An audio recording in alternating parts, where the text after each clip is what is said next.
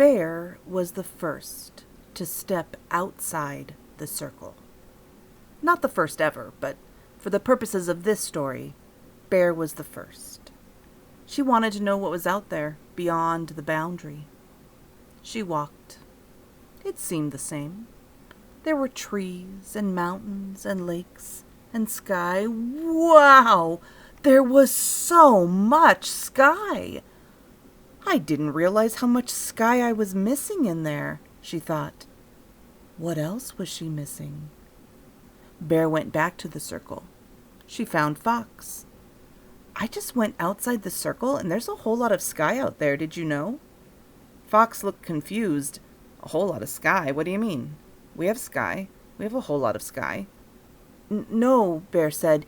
It's like a whole lot of sky. More than this, way more. It's different. Okay, Fox said, and she went off to do her fox things. Bear found Hippopotamus. Hippo, I went outside the circle and there is way more sky out there. Really? Hippo asked, intrigued. Where did you go to see sky? Just outside the circle, you want to see? I do, Hippo said. So Bear and Hippo left the circle. Holy, Hippo said. You were right. Look at this. There is so much sky. How come we don't know about this inside the circle? I don't know, Bear said. Bear and Hippo stood there, surrounded by trees and mountains and lakes, and looked at the sky. This is amazing, Bear said. Way to go leaving the circle, Bear, Hippo said. And thank you for telling me about it. I never would have seen this if you hadn't. Should we go get Nightingale? Yes, we should. So Bear and Hippo went back into the circle and found Nightingale. You found sky? Nightingale sang. Like, for real? Takes up the whole sky? I knew it! I knew there was that kind of sky. I want to see. So Bear and Hippo and Nightingale left the circle and looked at the sky. I never want to leave here, Nightingale whispered, breathless with awe. I have been looking for this my whole life. Me too, said Bear. I've never thought about it before, said Hippo. But now that I'm here, it's like I found a part of me I didn't know was missing. I'm setting up camp, Nightingale said, starting to gather sticks. Now that I've found this place, I'm staying. I'm in, said Hippo. Me too, said Bear. And so the three animals lived outside the circle. They went back in the circle to check on family and friends and loved ones, but the place they called home was outside the circle. One day, inside the circle, Nightingale was talking with Penguin. You seem different, Penguin said. You sound different. You look different. I have a secret of sorts, Nightingale said. I'm living outside the circle. You're what? Penguin asked. How? So Nightingale told her. And Penguin wanted to come too. And so did Deer and Lizard and Salmon. And then Koala and Elephant and Badger came. And Vulture and Chameleon and Eel and... you get the idea. Soon, there were so many animals living outside the circle that they created their own circle. The original circle was still there, with plenty of animals in it, going about their business, not missing the sky.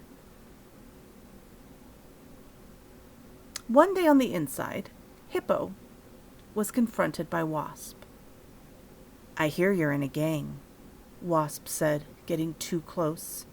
Hippo stepped back. What? I'm not in a gang.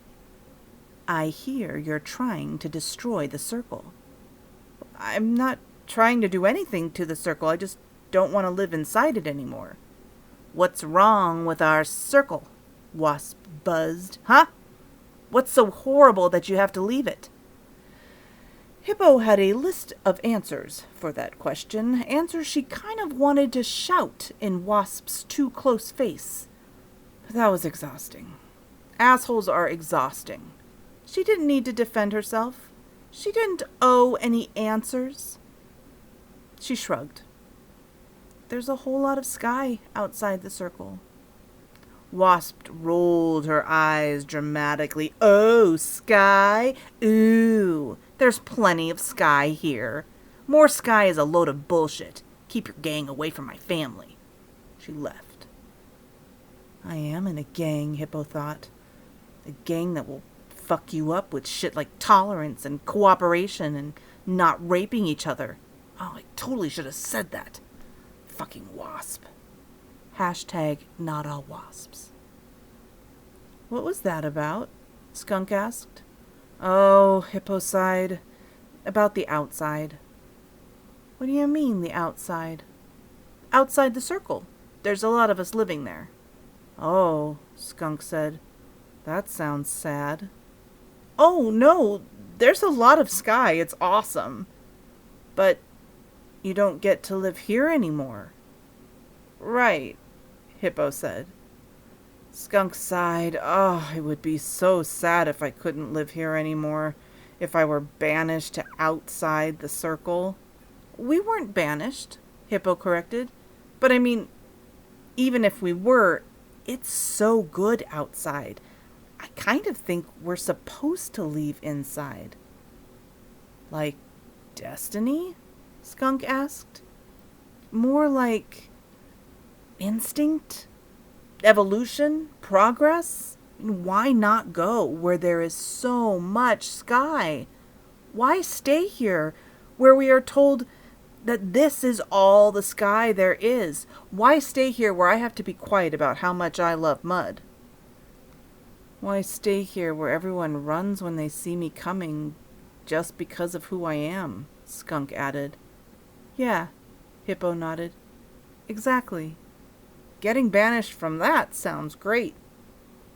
It does, Skunk agreed. How do I get banished? Well, there are some kind of fun things you can do if you want to piss them off, but really, you just get up and go. You just leave. Step outside the circle. So Skunk stepped outside the inside circle and joined the ever-growing outside circle. Time passed, if we subscribe to the concept of time. One day, Bear went to the inside circle, and as she crossed the boundary, her stomach clenched. She felt nauseous. Her head hurt. Oh no, I'm sick, Bear thought. But when she crossed back to the outside, her stomach relaxed, and her head stopped hurting. What on earth? She thought. She crossed back inside and felt bile rise in her throat. Bear crossed again to the outside and went to Hippo, who was chatting with Nightingale. I just went inside the circle and felt horrible, Bear told her friends. My stomach hurt and my head hurt.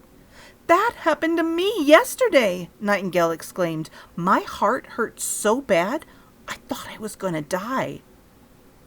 I wonder, Hippo said thoughtfully. Hippo went to the circle. She stepped in. She felt fine.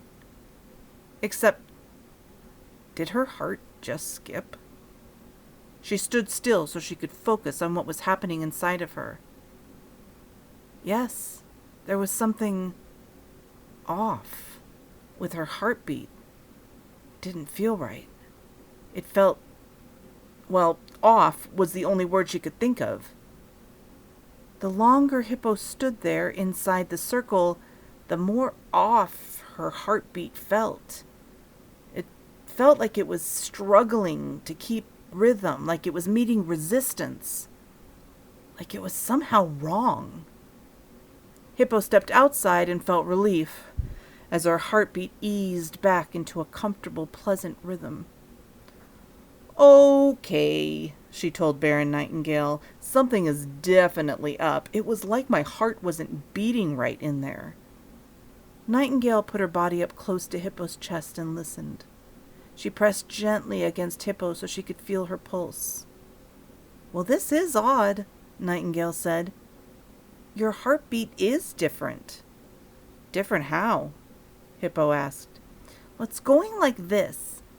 Bum, bum, bum, bum, bum, bum. Instead of Ba-bum, ba-bum. Whoa, said Bear. Listen to mine. Nightingale listened to Bear's heart. Yours too, Nightingale sang. What is happening here? Hippo asked. Our heartbeats changed? I think it's the sky, Bear said thoughtfully. All this sky is changing us somehow. It makes sense, Nightingale said. All my life I felt like there was more sky, like something in me was meant for more sky, and everyone kept telling me I was silly, making up stories, yearning for something that didn't exist, but it does exist. And I breathe better with all this sky. I think my heart was meant to beat like this. It did okay beating like it did, but this beat, it feels expansive and uplifting and joyful. I didn't mind the old sky, Hippo admitted. But now I do. And I love living in all this sky. Bear stood still, listening to her friends, listening to her new heartbeat. She sat down and was still for a long time as she pondered. I think, Bear said, that my heartbeat changed while I was still inside the circle. I didn't recognize that that was what it was, but I felt called to step outside the circle for a long time before I actually did it. I didn't know, but I knew. And I think, Bear continued, that maybe this isn't all the sky there is either.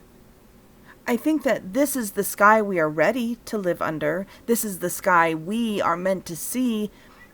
And later, maybe my granddaughter will feel her heartbeat change to match the beat of something greater.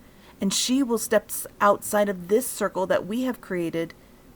And there will be even more sky. And I hope that whoever is in this circle when that happens remembers that just like the inside circle wasn't all there was, that this too isn't all there is. Oh, Bear, Hippo sighed, loving her friend very much. Bear began to drum a beat on her chest, in time with the rhythm inside of her, and Nightingale began to sing.